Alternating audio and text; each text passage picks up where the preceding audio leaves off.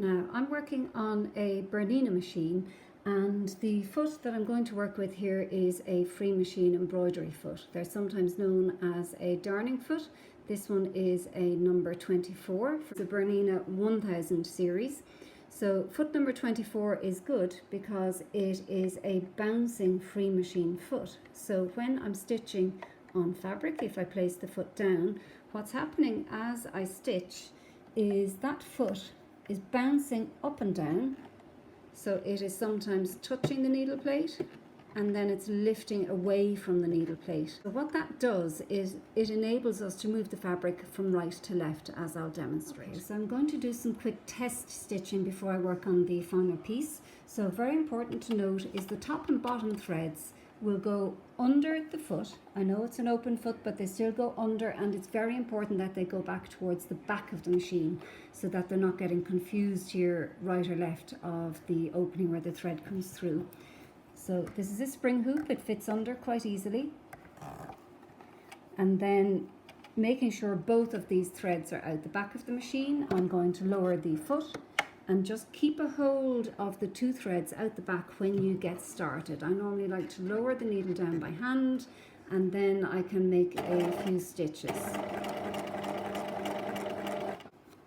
So in order to stitch to the right, I need to move the hoop to the left. In order to stitch to the left, I need to move the hoop to the right. So it's your hands moving the hoop is directing the stitch in whatever direction you're going to go in. It's also important to note, if you stitch too quickly, you will probably end up with too much thread in the same place, and if you stitch too slowly, you may not end up with enough thread or enough stitches. If you stitch too slowly, you're likely to break the needle.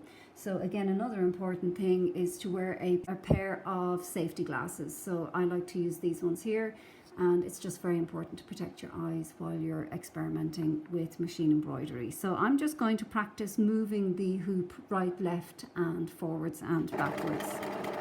Okay, so this is a good speed. I'm getting nice compact stitches. Okay, so practicing going right and left, up and down, until you feel you have a reasonable control over the machine and what it's doing. So random stitching is quite good for that. A good practice can be sometimes even to practice writing your name.